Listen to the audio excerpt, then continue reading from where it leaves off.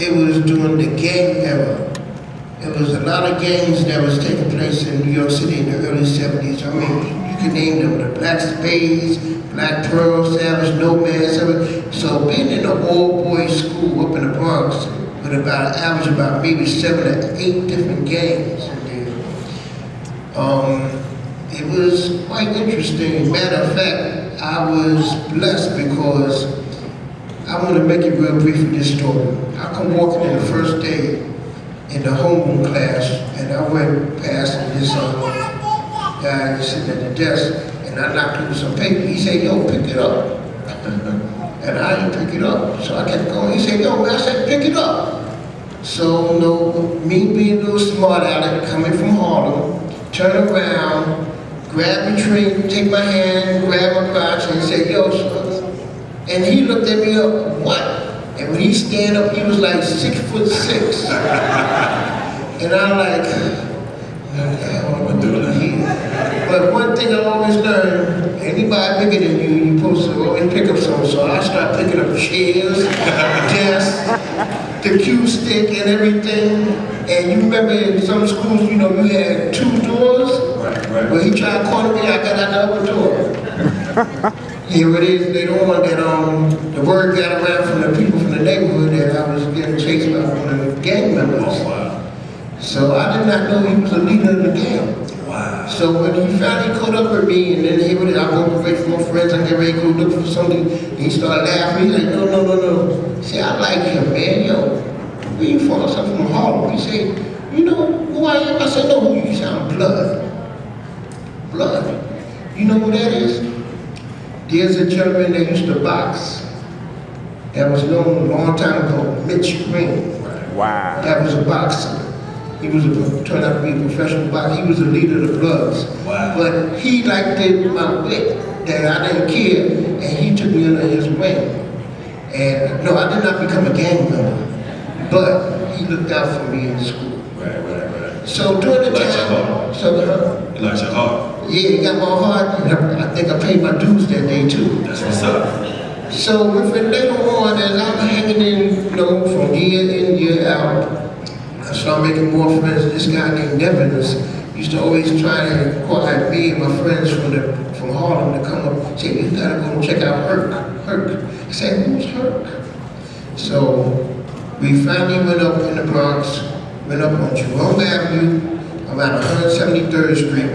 And when we was getting close, now, you know, during the time, it still was bad in the Bronx, you know, with the gang era. Here it is, we're getting closer to this condemned building. It looked like we were about to get caught, like being suspect. But we started hearing some sounds, it sounded like some female sounds. And I said, okay, it sounded like, you know, it's okay. So we got in, so we going upstairs, and it was like inside an old condemned building, they had a party. So they said, "How much?" They said, "What? Females $3, guys $5." Stepping in, everybody's in there hanging around, all different ages, from teens up to, like, you know, maybe somebody, mother and father from the neighborhood. And I just kept walking through. I wound up walking all the way to the back, and I see this big husky guy that was behind the set, and he was playing. And I saw this other guy that was on the microphone, and they came with a style different than what you heard on the radio or when you heard anywhere else. And they was just, you know, spinning certain songs or certain records. And when it came to a certain portion of the record that we call the breaks, but they used to call it the get down part. When that certain part came out, the guys used to come out on the dance floor and start doing all kind of tricks on the dance floor that I did not know that are known as b-boys, break dances. The gentleman who I'm talking about that was behind that set that I met for the very first time, that was Kool Herc. Kool Herc, make noise for Kool Herc, yo. Yo, Trayvon, do me a favor, run that joint for me real quick. You got it? He's Kool Herc, yo. Go ahead, man. Let that ride for a second. Any b-boys in the house? All right. Y'all know what time it is. Shout out my man. Toys back here. Yo, you can cut that, man. that. You can cut it. Cut it. Now, we consider that record to this day the hip-hop national anthem. That record's called Apache by the Incredible Bongo Band. That is the hip-hop national anthem. You know, so my man Kool Herc is the one that I started acknowledging. Now, besides Herc, I used to sneak downtown and sneak into the clubs at a young age and check out all these other DJs that was known, like Pete DJ Jones, Together Brothers. There was a guy, rest in peace, named Grandmaster Flowers from Brooklyn, Plummer, and all them. And they was playing more of the dance, disco, R&B's. But when I came, that was like a Thursday after work, Thursday or Friday, I used to sneak down there. But on a Saturday, I used to come and check out the work. So I learned the difference between both styles.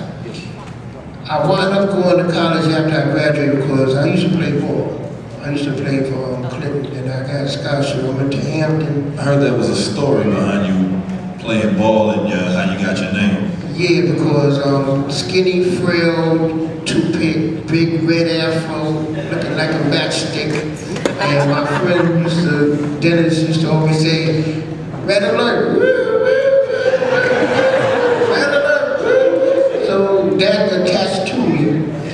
And you know, here it is, I've gotten over with everybody, so I became cool. You know, and as a matter of fact, when I first say I wanted to become a DJ and I wanted to attach Cool, I came to Herc and I said, "Hey Herc, I want to call myself Cool DJ Red Alert." He looked at me up and down like, go ahead, man. That's the truth. That's the truth. And you wouldn't be the only one. I heard he's done that. So after I did, you know, I went to Hampton for a year and a half through scholarship. I took up communication engineering. By the time I come home, I see a new wave after Herc. You have Flash, you have the L Brothers, you have AJ. Who are the L Brothers? L Brothers is three brothers. The L stand for Livingston, the Livingston brothers. The L Brothers was Mean Gene, the oldest, Cordio was the second, and the youngest was Theodore. Right.